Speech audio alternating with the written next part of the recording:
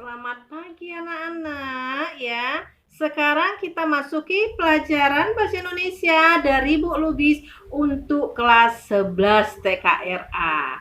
Oke, KD yang kita masuki adalah 39, yaitu menganalisis pesan dari satu buku fiksi yang dibaca. Oke, materi kita adalah menganalisis pesan dari satu buku fiksi yang dibaca tentang karya ilmiah. Oke, arti karya ilmiah. Kita harus ketahui dulu apa itu arti karya ilmiah, yaitu hasil karangan sendiri.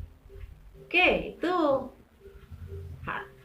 Yang kedua yaitu karya ilmiah ini dapat ditulis dalam berbagai bentuk penyajian dan berbeda kelengkapan strukturnya.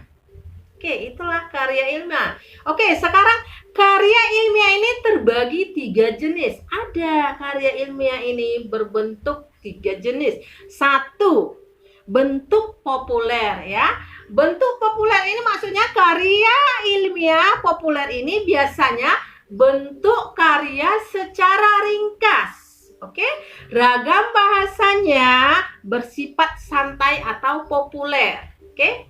Biasanya bentuk populer ini dijumpai dalam media massa seperti koran, majalah. Oke? Nah, istilah populer ini digunakan untuk menyatakan topik yang akrab.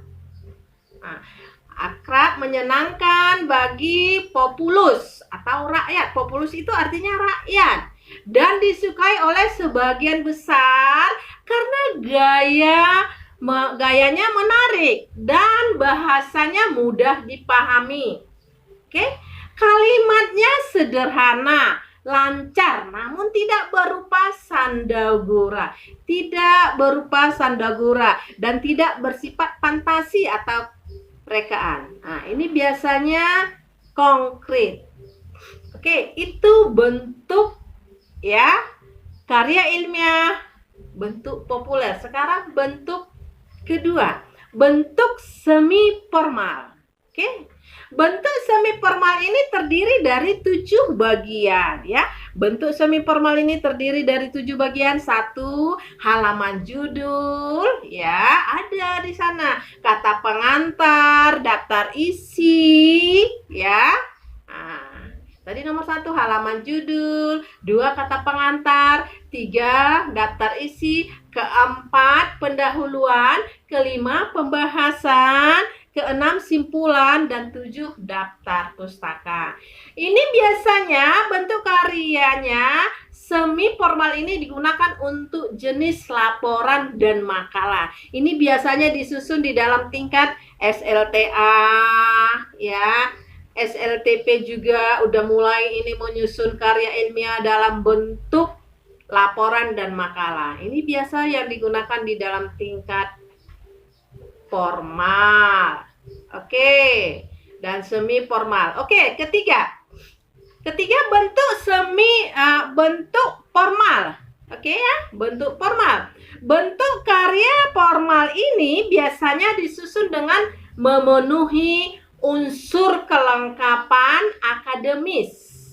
Akademis itu di perkuliahan ya, seperti menyusun skripsi, kalau sudah mau tamat dia, mencapai sarjana S1-nya, tesis, kalau sudah mencapai dia pasca sarjana S2-nya, disertasi, kalau sudah mau mencapai perkuliahan tingkat S3-nya, sampai guru besar, doktor. Oke, itulah ada 3 jenis bentuk karya ilmiah. Bentuk populer, bentuk semi formal, dan bentuk formal. Oke, sekarang kita masuki di dalam unsur-unsur karya ilmiah bentuk formal. Ada juga unsur-unsur bentuk karya ilmiah ini bentuk formal.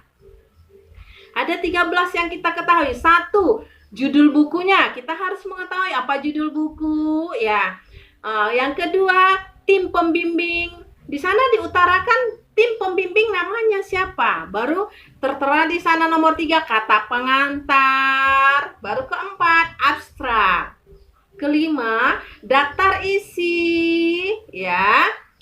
Baru keenam, bab pendahuluan. Ketujuh, bab telahah kepustakaan. Di sana ada daftar pustakanya diutarakan, ya, atau kerangka teoritisnya. Oke, yang kedelapan, bab metode penelitian. Di sana harus diungkapkan di bab metode penelitian itu apa yang diteliti. Ya, kesembilan, bab pembahasan hasil penelitian.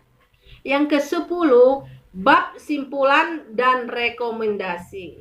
Ke-11, daftar pustaka. Ke-12, lampiran. Ke-13, riwayat hidup. Ini biasanya digunakan di dalam perguruan tinggi. Semua unsur-unsur karya ilmiah ini ditulis biasanya di perguruan tinggi. Harus lengkap yang 13 itu.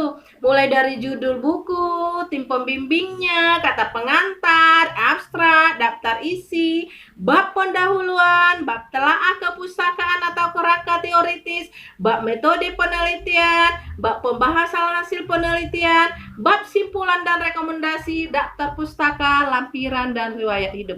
Inilah materi kita di dalam pertemuan pertama.